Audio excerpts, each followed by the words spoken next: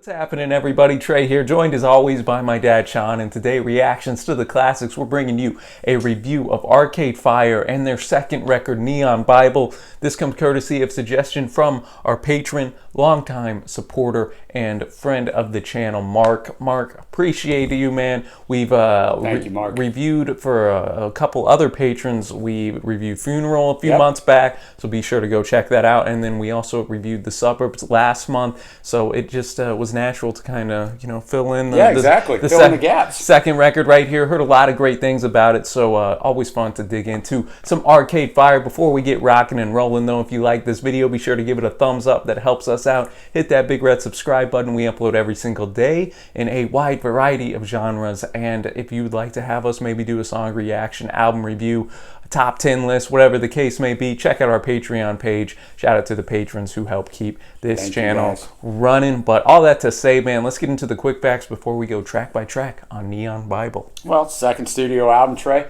Came out in March of 2007. They actually produced most of this themselves. It debuted on the Billboard 200 #2. It debuted #1 in Canada and Ireland, 2 in the UK and Portugal. It's an 87 on Metacritic, 7th highest rated album of the year, and a finalist for the Polaris Music Prize, nominated for Best Alternative Album at the Grammys. It was #4 in the NME Albums of the Year, 4 in Rolling Stone's list of albums of the year, and was the album of the year in Q magazine. Won that 2008 Juno Award for Alternative Album of the Year. Following the release of Funeral Trey in 2004, of course, they toured, and when you tour, if it goes well, of course, you're going to collect some coins, some money. That's right. So they ended up buying an old, it's a cafe, but it was an old church, and they renovated it to be a recording facility for them. And they recorded most of this album there, but they also went to Budapest, kind of strange, and had some stuff from the Budapest Orchestra there, and they also went to New York and recorded by the Hudson River, which we'll get into that, some ocean themes and some stuff. Good scenery to film your record. Budapest, over in New York. Yeah, so I guess they just wanted to be close to the water. And on December 15, 2006, the band started to send out spam emails teasing the album title. The very same day, Zane Lowe played a studio version of Intervention on BBC Radio 1. Moreover, you could hear the song by calling the number 1-866-NEON Bible, extension 7777. And of course, the band's frontman, Win Butler, talked about writing this album. Win's from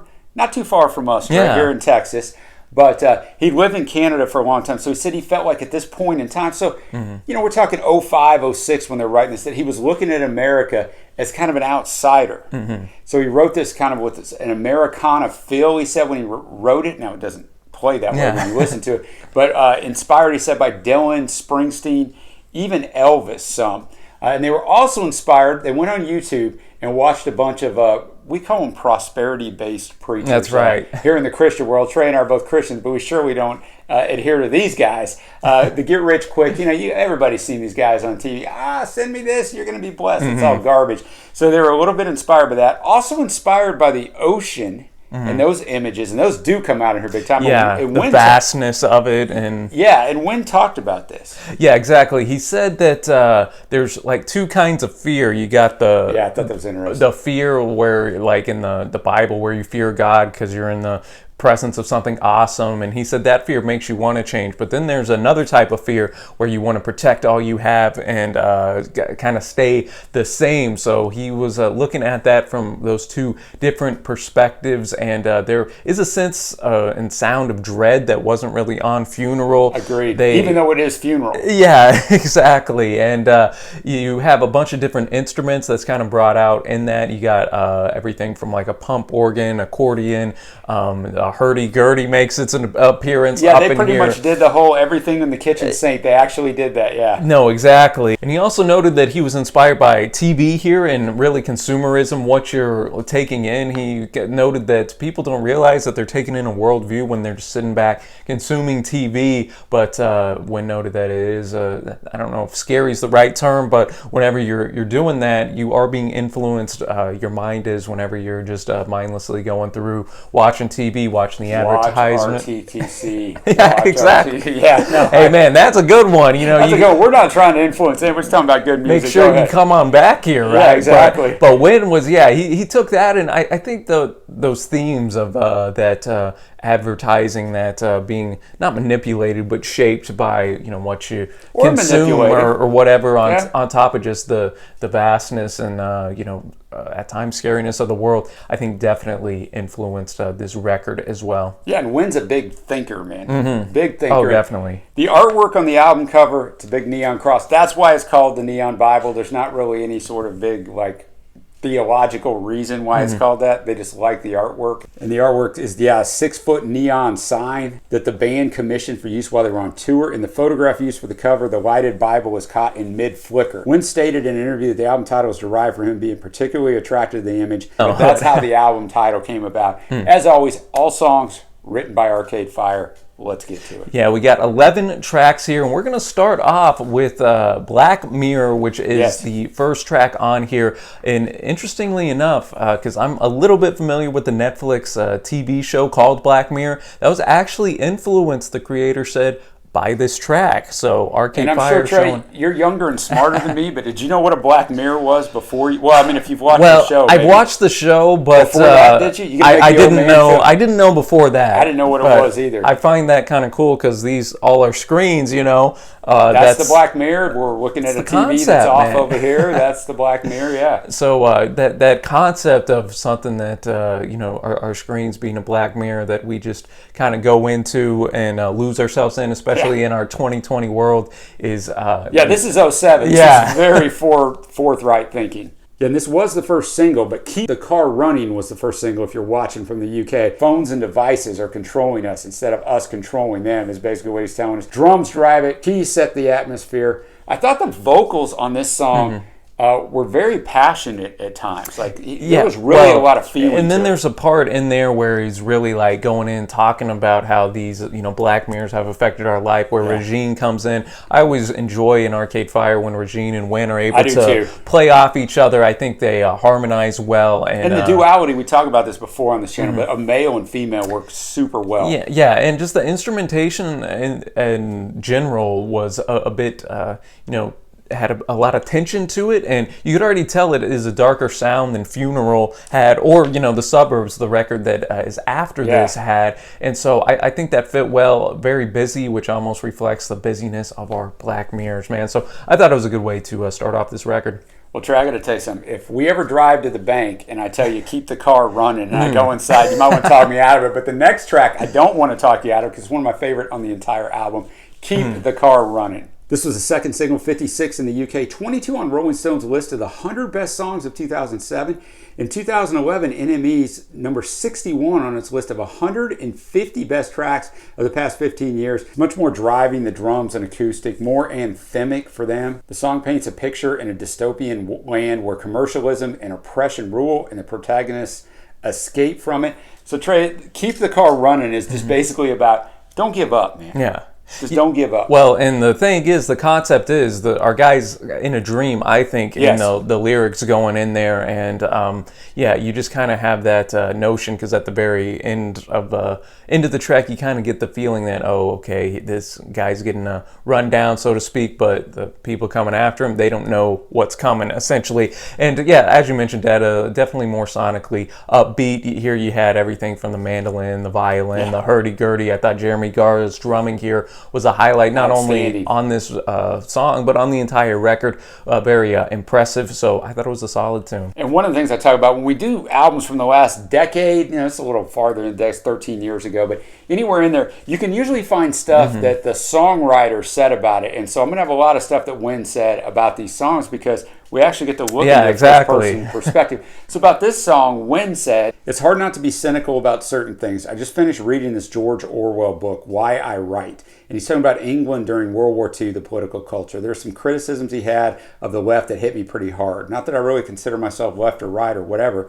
He was criticizing people who put down bravery. It really makes a lot of sense to me. There's this negative approach to the world, and I definitely find myself falling into that at times. He was just saying that patriotism and intelligence need to coexist, or else the world really goes to hell. I thought that was a powerful idea. Actual patriotism has to do with loving a place enough to try and improve it. And boy, Trey, that is a culture, and that is a statement that we need in today's America, because it seems like now today, with a certain sect, if you say anything again that they quote against America, then you just need to move away. And I mean, people are that way in their general. I have so many people I've been around in my life who go, I only want to hear positive stuff. Well, I mean, yeah, but if you never talk about stuff that's, quote, negative or needs to be fixed, you never improve. We all just live in this fantasy land that everything's great. So I thought, what a way to approach this. Oh, definitely. And now that takes us to our title track, Neon Bible, one of the shortest tracks on here. Much more chilled. Yeah, exactly. And I like the concept of this one, too, because it, again, kind of, just that concept of a neon Bible, a neon sign usually makes something more attractive or catches your eye, where and a lot of the song details out how people have perverted scripture and used it for their own gain and greed, whenever what's inside the Bible is more than enough and sufficient. You don't need to neonize it up, if that's even a word, man. But it is now. We'll use it here. I enjoyed the differing volume kind of in the mixing and production on this track for Win's vocals especially. This actually was one of my favorites on the record, even though it was short and sweet. I just thought it hit a chord. I like the lyrics. It actually was one of my least favorites, so it's funny how that works. But here's what Win said about it. I just jotted the song down in my notebook and kept coming back to it. The song was very much off the cuff, written in one night, recorded the next day. Lyrically, there's a lot of stuff dealing with religion and culture, which I'm really interested in. It's an image that I kept coming back to that really felt like it was the title of the record. That's going to bring us to song number 4, Trey, Intervention. It was the third single. It was the number 271 song on Pitchfork's top songs of the decade. Yeah, and on this one, you kind of get a throwback, I think, to the funeral sound. Not as you had like a orchestral, like, organ. I don't know what it was exactly. I swear to you, I was just going to ask you. I have the thing here. Keyboards/organ question mark. I was going to ask you what you think. Yeah, I think it's an organ too, so we'll go with that. So it kind of had this grand sound, and for me, I think it's kind of touching on how greed and whatnot, just power can corrupt people, from the pastor to the soldier here, and how that can affect and kind of kill off relationships, friendships, and whatnot. So I thought it was another solid tune. I thought it was interesting the way it was arranged, because there's a choir-like theme. You're right, yeah. And there's like a callback back and forth. But to me, it didn't come off as a gospel song. It almost sounded more like a children's song in that callback with me. I still liked it. I thought it was fine. But I thought when you listen to it, if you're familiar with this album, I'm curious what you think there.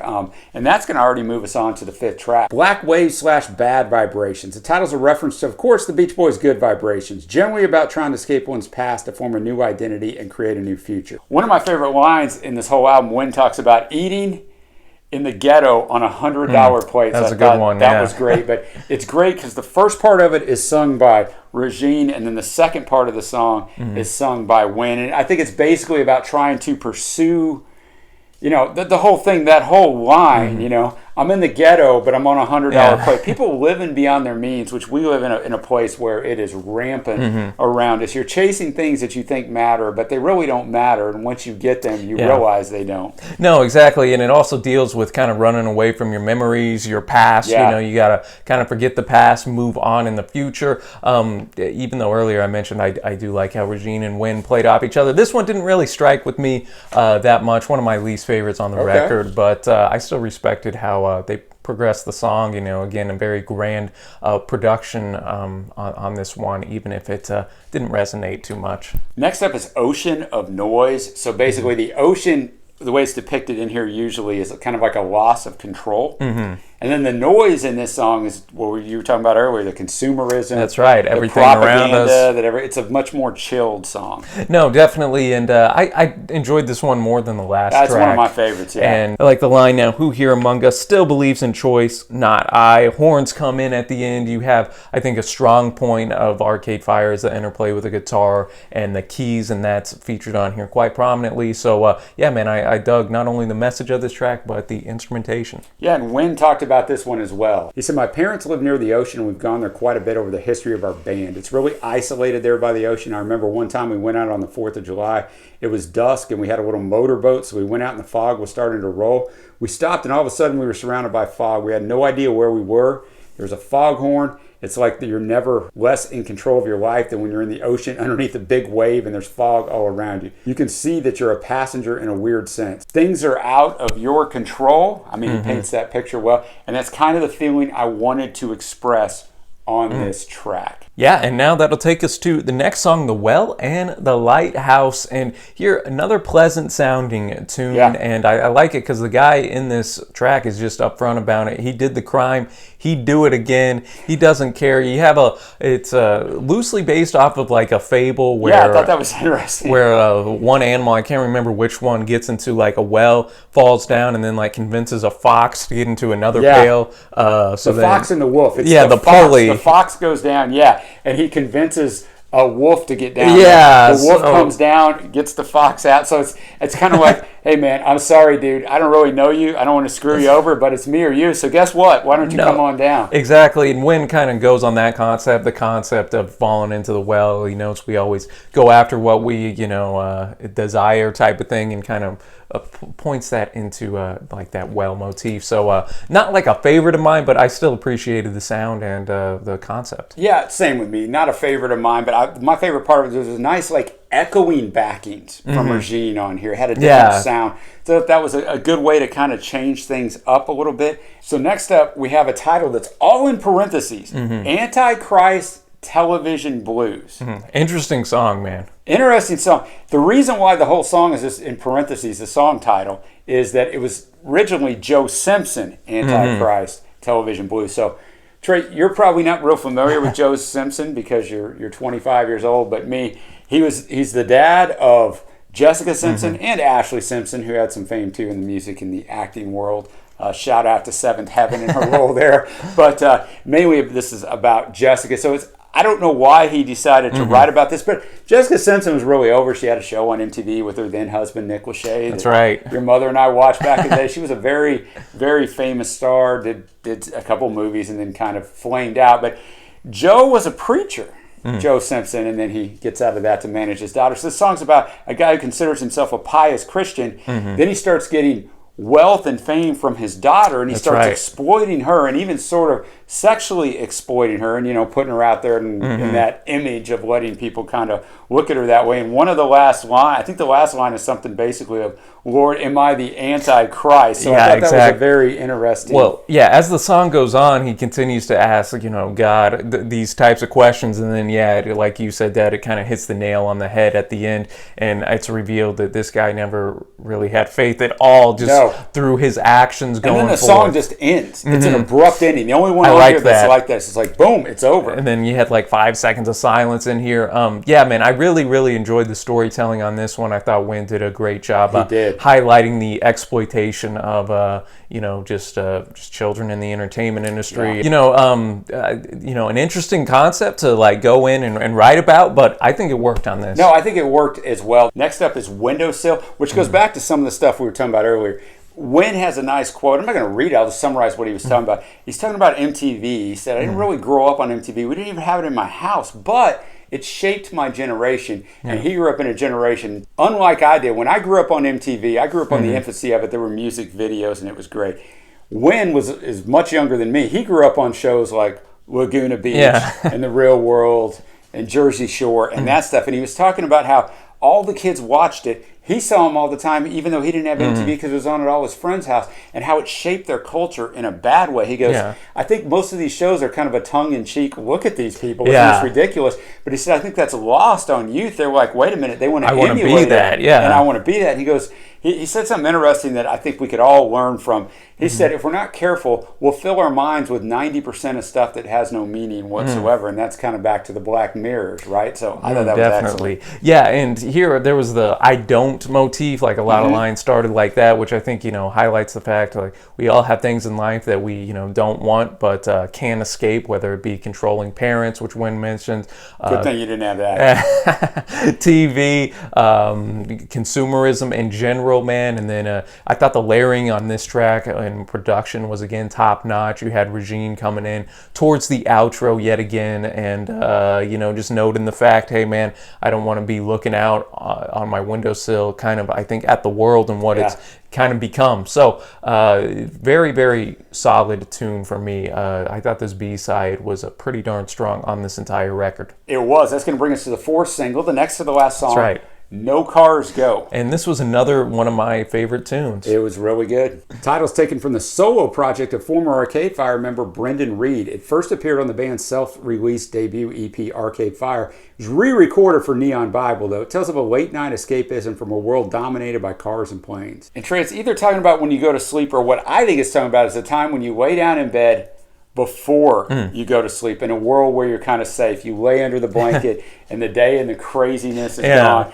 and it's like, this is the one place where I can be at peace because nobody wants a piece of me and I don't have well this did have a very whimsical, positive atmosphere to the track. It kind of stands alone in that regard. I was gonna say, on this record, kind of harkens back to when you're a kid. You're imagining essentially a world where there are no cars in this place, almost a fantasy wonderland type of thing. So I really enjoyed the song for that, just for how different it was than a lot of the rest of the record. Again, great drumming performance. Strings and horns come in the last minute outro. So just a beautiful song that kind of, harkens you back to that nostalgia-filled craze where life seemed to be simpler, man. And then that takes us to the final track number 11. Yeah, My Body is a Cage. Probably about social anxiety, quite a bit different than a lot of the other songs on here. I kind of like the concept of it. I think all of us who deal with stuff, whether it's social anxiety, mental health issues, physical issues like I deal with and you deal with, there's times when you feel like your body is a cage, man, because you're kind of at its mercy. No, and this was, interestingly enough, covered by Peter Gabriel, a gentleman we actually did a top 10 Top 10. Shout out for the top 10 we did. Win actually steps up to play organ here, prominently holds those notes to add a touch of eeriness and epicness to the tune, especially at the halfway point of the track where you almost have like a gospel choir going in. Felt like an intensely personal track to Win, noting being on stage and the screams of his name at night, and really touches on that anxiety we feel in this modern day world, but kind of ends it on a semi-positive note where, set my spirit free type of cry and outro is just exclaimed rather by Win up in here. And I thought it was a fitting closer thematically with this record. I did too. Which will now take us to our favorite tracks. I have Windowsill. I'm going to go Neon Bible, and I'm also going to go with No Cars Go. We got all different songs because I got Ocean of Noise and Keep the Car Running. So there's 11 tracks on here between the two of us. 5 of them qualified as favorites and not the same song for either one of us. It's always interesting. We've kind of been having that a lot lately. So that brings us to the overall score of the record. You mentioned at the start, we did Funeral. I loved Funeral. Yeah. Got a 9.25 from you. Spoiler alert if you go watch it. Then we did The Suburbs. I didn't like it as much. Still thought it was really good. Just a little bloated, 16 tracks. This one's 11, which is the right track length. However, I will say, although I really did enjoy it, I didn't like it nearly as well as either one of the other albums. Still very consistent. Not really a song on here that's a clunker at all. No. But I'm going to go with 7.5 on this. What do you got? No, I'm going to echo some of your thoughts. This would be my third favorite from their first 3. And yet, I think that just highlights the greatness of Arcade Fire, because this would be a record most bands would point to being like, oh, this is the height. This is our best record.